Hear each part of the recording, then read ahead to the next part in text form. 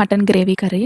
రొటీన్‌గా ఎప్పుడు ఒకేలా కాకుండా కొద్దిగా డిఫరెంట్‌గా అండ్ టేస్టీగా నేనెలా చేశానో ఈ వీడియోలో చూపిస్తాను రండి. ముందుగా స్టవ్ వెలిగించి ఒక కుక్కర్ పెట్టుకొని 5 టేబుల్ స్పూన్ వరకి ఆయిల్, 2 మీడియం సైజ్ ఆనియన్, 2 పచ్చిమిర్చి కట్ చేసుకొని వేసుకోవాలి.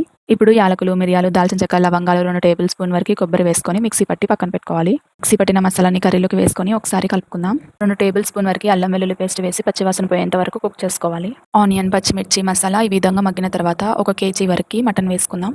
ఇప్పుడు ఇందులోకి 1 ½ టేబుల్ స్పూన్ వరకి సాల్ట్, 1/2 టేబుల్ స్పూన్ పసుపు వేసుకొని ఒకసారి కలుపుకోవాలి. కలుపుకున్న తర్వాత కుక్కర్ మూత పెట్టుకొని ఒక 5 మినిట్స్ వరకు హై ఫ్లేమ్‌లో కుక్ చేసుకోవాలి. చూడండి మటన్‌లో ఉన్న వాటర్ మొత్తం ఈ విధంగా బయటికి రావాలి.